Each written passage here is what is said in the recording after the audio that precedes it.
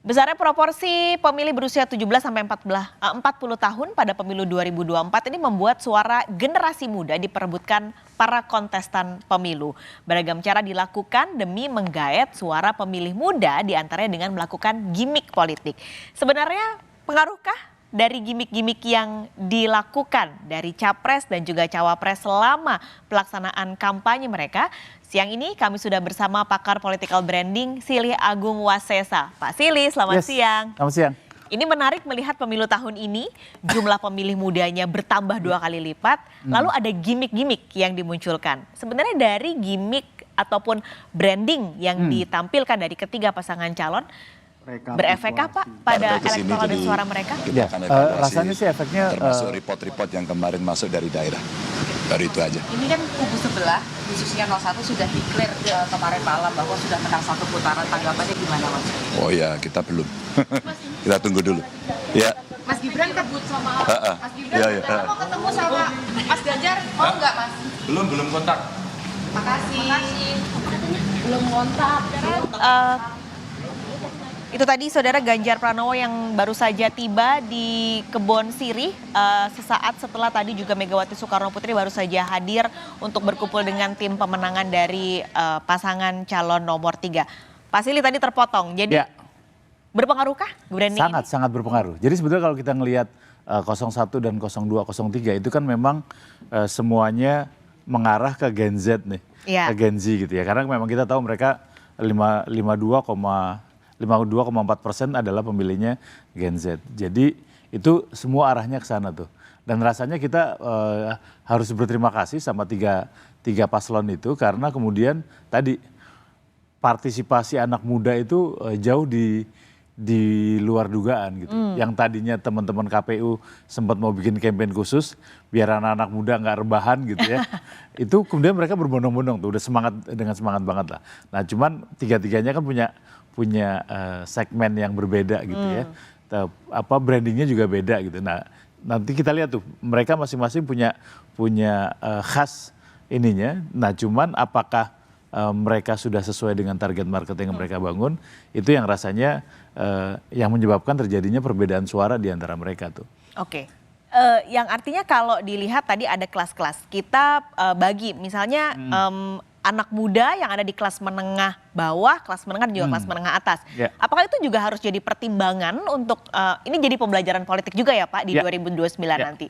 Apakah itu juga harus dilihat oleh para pasangan calon nanti berkontestasi dalam pemilu? Ya, justru itu yang jadi bahan pertimbangan utama tuh. Artinya ketika kita bilang Gen Z adalah 52,4% gitu ya. Nah kita harus turunkan lagi tuh kira-kira status sosial mereka ada di level mana nih? Yang kelas menengah ke atas ada di jumlah berapa persen, menengah ke bawah ada berapa persen gitu. Karena kalau kita nggak fokus ke kedua level tadi misalnya itu ya kemudian akan salah campaign. Katakanlah misalnya kelas menengah ke atas sudah pasti lebih sedikit gitu ya. Oh tapi militansinya luar biasa. Sementara kelas menengah ke bawah Gen Z gitu jumlahnya lebih banyak tapi militansinya nggak kelihatan gitu. Nah, ini kan yang harus kita lihat nih. Bahasanya juga sangat berbeda. Nah, kalau kita ngelihat dari 1, 2 dan 3 kan itu memang mereka berbeda-beda tuh. Nah, cuman masalahnya adalah kesesuaian berikutnya adalah dengan partai pendukung nih. Nah, oke. Sama nggak target market mereka paslon 1, 2 dan 3 dengan target market partai pendukung? Ini menarik karena saya jadi penasaran. Kalau dari kacamatanya Pak Silih, yang dilakukan selama kampanye ini, branding politik ini berarti efektif atau enggak sebenarnya? Efektif untuk target market mereka ya. Berarti berjalannya sudah sesuai nih target-target. Saya ngeliat tuh sudah sangat sesuai gitu. Cuman yang saya belum tahu adalah apakah mereka mempertimbangkan numbers dari target marketnya itu. Kalau kita bicara 01 gitu ya, itu kan kampanyenya kan kampanye gagasan cerdas tangkas tuh. Mau diomongin masalah apapun jawabannya ada gitu. Sehingga yang suka adalah memang kelas menengah atas nih. Anak-anak muda gitu, yang militansinya luar biasa gitu. Itu kebaca lah ketika acara Desakanis tuh luar biasa panjangnya gitu kan. Nah cuman persoalannya numbersnya di mereka sama nggak dengan numbersnya yang kemudian anak-anak muda Gen Z di kelas menengah ke bawah. Nah itu kan, nah sementara 02 itu dengan menggunakan politik gemoy gitu ya, dengan menggunakan gaya gemoy dan Gibran yang anak muda yang selengean gitu.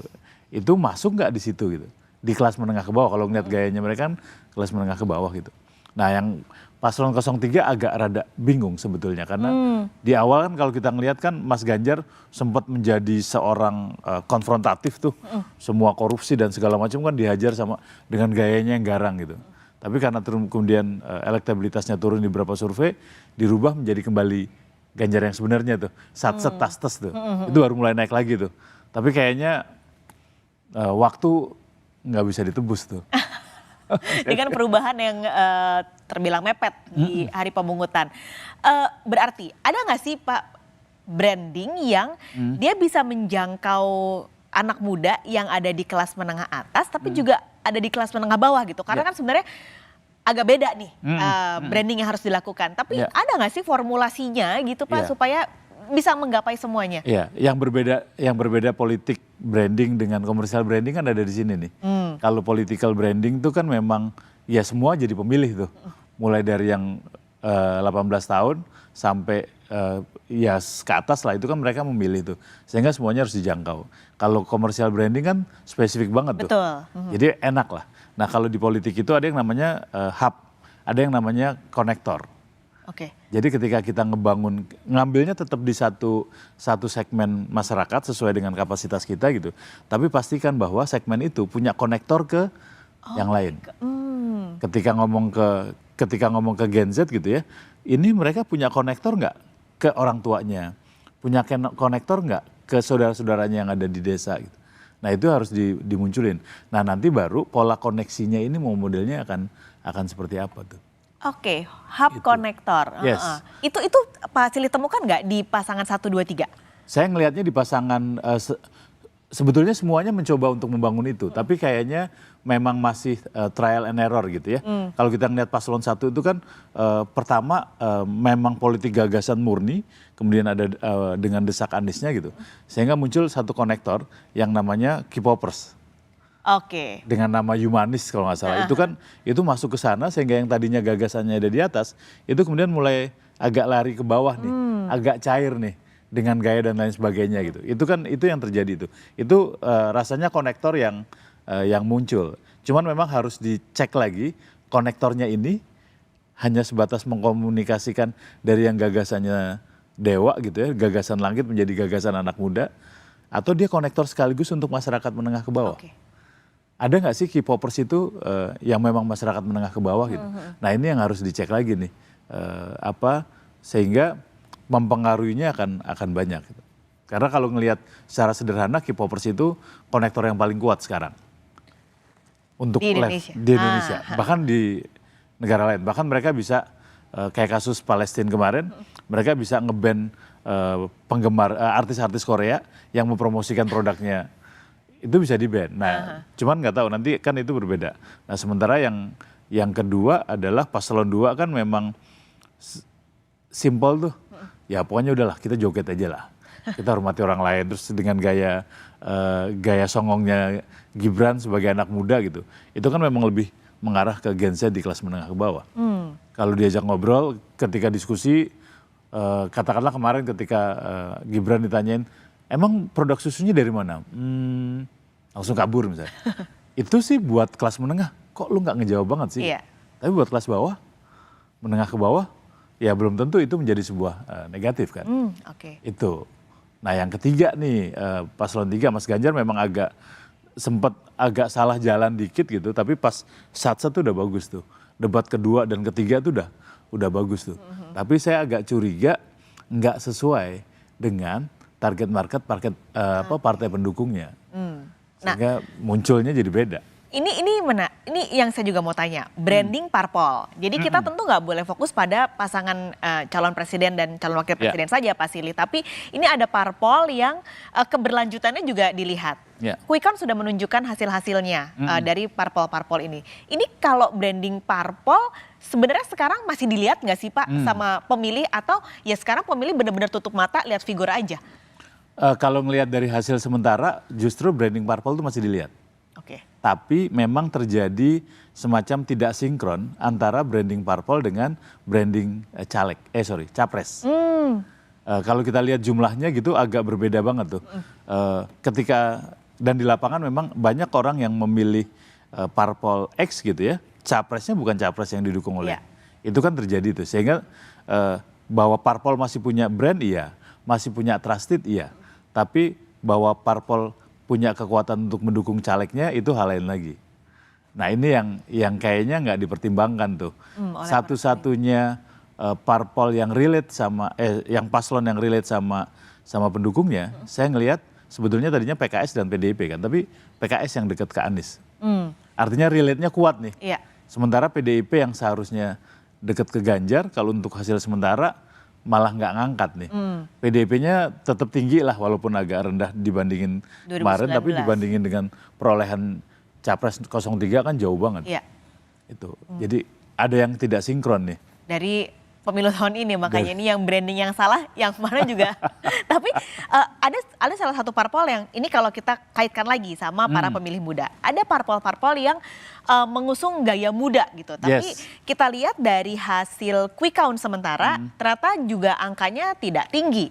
Apakah artinya branding anak muda kalau ditempelin di parpol nggak kena, Pak? Ya sebetulnya kan gini, ketika kita ngomongin branding itu kan ada awareness ngebangunnya gitu ya, brandnya seperti apa gitu, kemudian distribute ke target pemilih, begitu udah didistribute, kemudian kan ada yang namanya closing sales. Kalau cuman marketingnya aja dibangun, gimmicknya aja dibangun gitu, tapi di bawahnya nggak ada closing, ya itu nggak jalan. Katakanlah misalnya ketika ada partai anak muda gitu, terus kemudian balihonya di seluruh Indonesia ada gitu, lebih banyak dari jumlah calegnya gitu. Tapi itu sih oke brandingnya, marketingnya oke lah, distribusinya oke, tapi di bawah ada closing nggak? Mereka nyapa apa enggak sih? Nyapanya sesuai dengan bahasa itu apa enggak? Nah itu kan yang itu dipentingkan. penting juga ya? Itu penting banget. Jadi kita nggak bisa nih, sekalipun logistiknya banyak gitu, balihonya jor-joran, iklannya jor-joran, ada di mana-mana gitu. Tapi kalau nggak closing, masyarakat, ya terus gue nggak disuruh milih kok. Kan gitu, kita punya partai satu lagi, ada satu partai yang bahkan nilai iklannya itu sampai 1,2 triliun setahun. Tapi nggak kemana-mana juga. Oke. Salah berarti komunikasi dan brandingnya. Ini pertanyaan terakhir aku, Pak Silly. Artinya apakah nanti di pemilu-pemilu kita masih punya pilkada, kita masih ada pemilu di 2029 nanti. Cara-cara seperti ini akan terus berkembang dan digunakan, jadi bergeser. Sama yang menarik juga adalah, kemarin yang sempat banyak dibahas di medsos adalah kertas DPD Jawa Barat. Dengan munculnya ada salah satu komedian dengan foto yang nggak formal, begitu juga dengan calon-calon DPD lain. Itu akankah nanti jadi pemilu yang jadi terlihat santai, nggak kaku gitu, nggak hanya kayaknya punya elit-elit aja. Iya. Ini yang KPU harus belajar. KPU harus belajar bahwa dia harus mulai meninggalkan pola-pola yang yang normatif gitu ya, untuk kemudian menjadi pola-pola yang interaktif. Karena kan kalau kita lihat memang iklan-iklan atau mungkin komunikasinya KPU kan komunikasi formal resmi gitu ya, yang padahal sementara target market terbesar itu yang butuh sesuatu yang kreatif, butuh sesuatu yang menarik gitu. Dan arahnya akan ke sana. Jadi rasanya sekarang KPU mulai harus berpikir batasan-batasan apa nih yang dibangun gitu. Atau mungkin kita lihat secara positifnya lah, KPU sudah mulai trial di DPD. Ya ternyata sebenarnya juga malah menarik. Malah menarik kan, malah orang, dan rasanya harus ke sana. Sehingga itulah kampanyenya KPU terhadap anak-anak muda kan kaku banget tuh. Betul. Udahlah kita harus misalnya, kita harus datang ke pencoblosan ke TPS. Kalau nggak tertolong paslon 1, 2, 3 mah, anak muda mah pas kalau liburan tiduran ya. Tidur di rumah. Pendidikan politik bukan hanya buat nanti para pemilih, tapi juga untuk lembaga-lembaga yang akan menyelenggarakan ini ya Pak, untuk brandingnya. Betul. Pak Silly terima kasih udah ngobrol-ngobrol. Ini mudah-mudahan juga didengar nanti oleh para elit-elit supaya pestanya juga dirasakan oleh semua masyarakat. Terima kasih Pak Silly sudah bergabung. Sehat selalu Pak. Ya, makasih.